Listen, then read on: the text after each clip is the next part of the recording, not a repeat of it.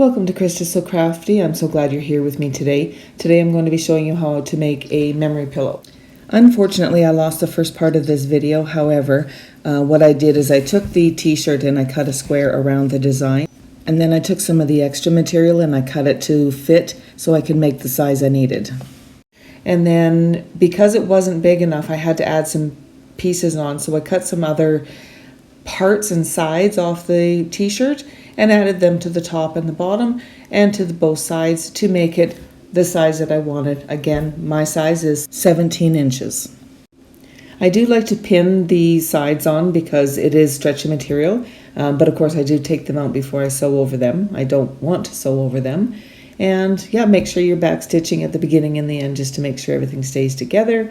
And then, yeah, that's pretty much all you need to do. So then at that point in time, I do take it over to my cutting mat and I'm going to trim it up. I'm just folding it all, laying the pieces underneath so I can get it all laid out nice. And then I'll just take my ruler and my rotary cutter and cut off the edges.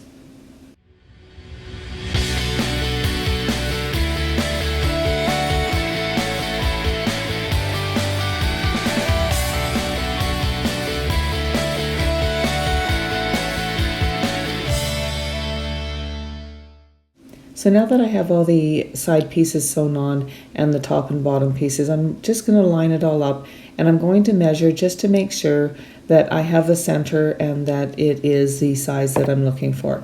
Again, I'm looking for 17 inch.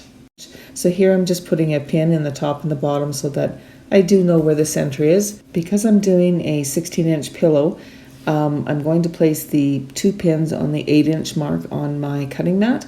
And then that way I can get everything lined up and I can trim this piece of material that I've made into a 16-inch wide piece of material so that I can have my 16-inch square. That's how I do it.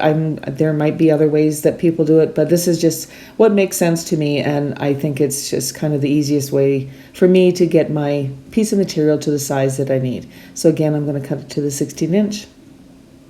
So now that I've got that all squared up, I'm going to put some interfacing on the back. Because the t-shirt material is so stretchy, I want it to have some stability and not get all, out of shape when it's inside when the pillow is inside of the pillow case, basically. So I'm just going to use up some scraps that I have. You can do that. Definitely save your little pieces. This is a great time to use them. It's inside. No one's even going to know.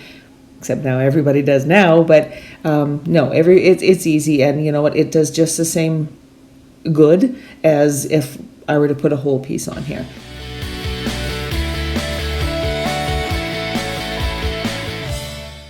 So now that I've taken this over to my ironing board, I always put a piece of material or something over top of my interfacing before I start pressing it down. Nothing worse than having that stick to your iron, and what a mess that makes, let me tell you. So again, that's what I'm going to do here, is just get it all pressed down and adhered nicely to the t-shirt. Now that everything is all pressed down nice, I make sure that everything is adhered to the t-shirt, it's all good, and then I flip it over and I do give it a press. However, you'll notice I'm not pressing on the center where the picture is.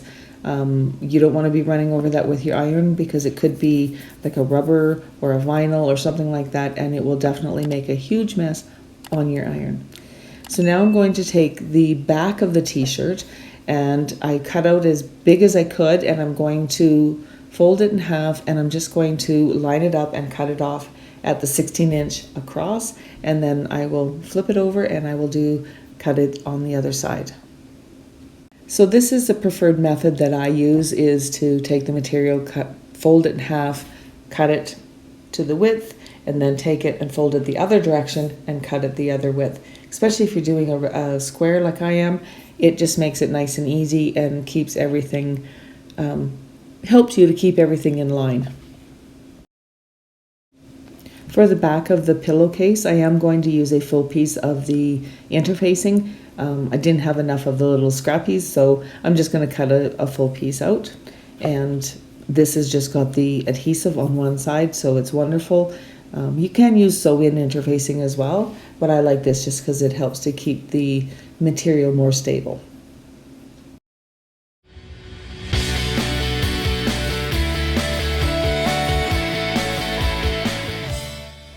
When I start cutting the interfacing for the back of the cushion cover, I do cut it about 1/4 inch smaller all the way around. This just ensures that there's not a bunch of extra bulk in the seams when I go to sew them together. So that's the reason I do that.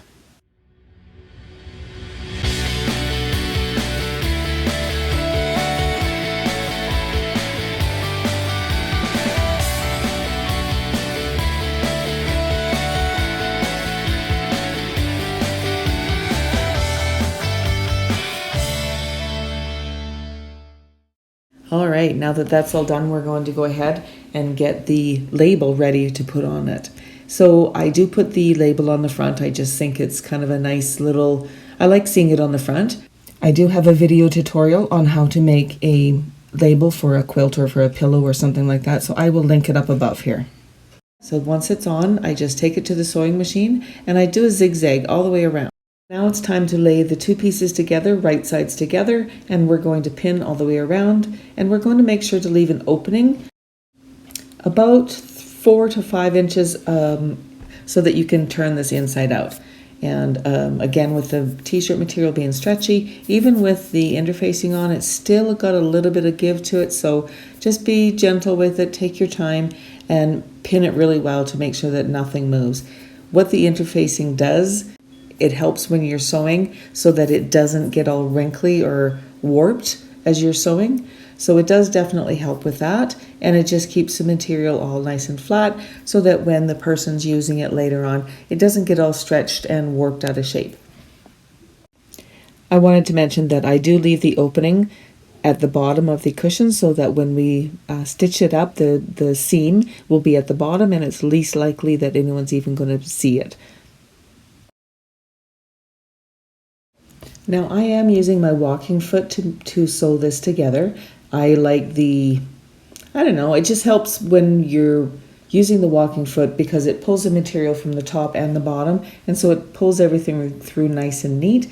And for me, that's important when you're using a stretchy material like that. So that's what I'm using, and I'm doing about 1/2 inch, maybe a little bit more, seam all the way around. And I'm using a 3.0 stitch length. So now that everything is sewn together, I'm going to go through and I'm going to trim off the extra bulk part in the corner, and just to make sure that when I go to flip it, that I can poke those corners out and they will look very nice.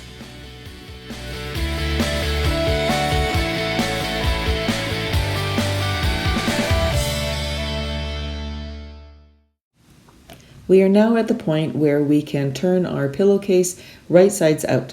We want to make sure that the corners are poked out, so I usually start with those just to make sure that they're nice and neat. As you see, I kind of get my finger in there and I push it through.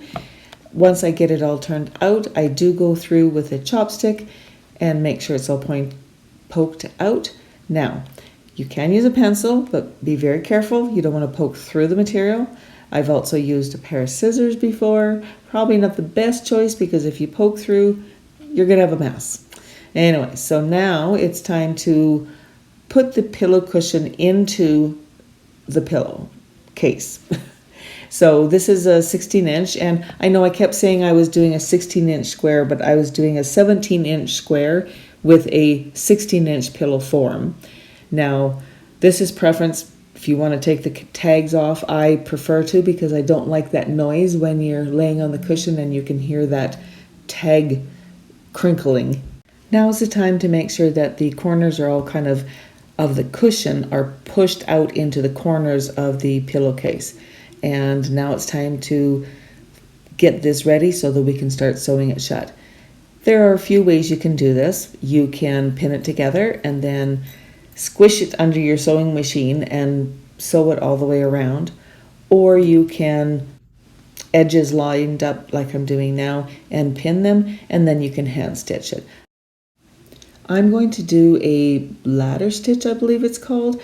Basically, I get my knot hidden in behind, and then I take little stitches on either side of the opening, and as I do that, I kind of line up my needle with where it's ending off on the one side and pick it up on the other side, and this allows it to pull nicely together without it having you're not going to see the threads, and it's just a nice stitch to close it up with.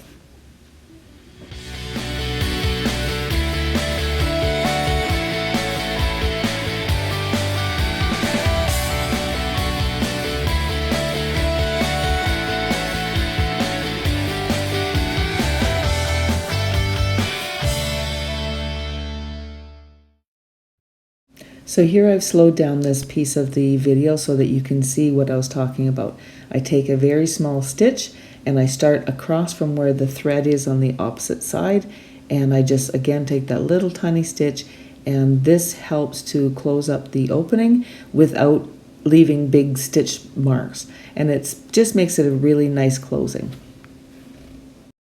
Alright, so I've reached the end of the opening, and I'm just going to finish up with a few little stitches here, and then I'm going to tie a knot and I'll close it. And I like to run the thread in behind, I guess in between the layers of material, so that it's just kind of in between and it doesn't stick out, and then we'll all be done. So I really think that the memory pillow is a beautiful way to remember somebody, and you can hug them when you're missing them. And you know, it's a sad time, and if this is something that helps someone, then that's fantastic. That's just, it makes my heart happy to be able to help them. And just like that, the pillow is all done and it's ready to go to its recipient. I thank you again for coming along and joining me today, and I hope that you learned something from this. If you enjoyed this video, please give it a thumbs up, and please consider subscribing to my channel. And if you do, please make sure you click that little bell to make sure you receive a notification when I upload a new video. And thank you again, and happy crafting!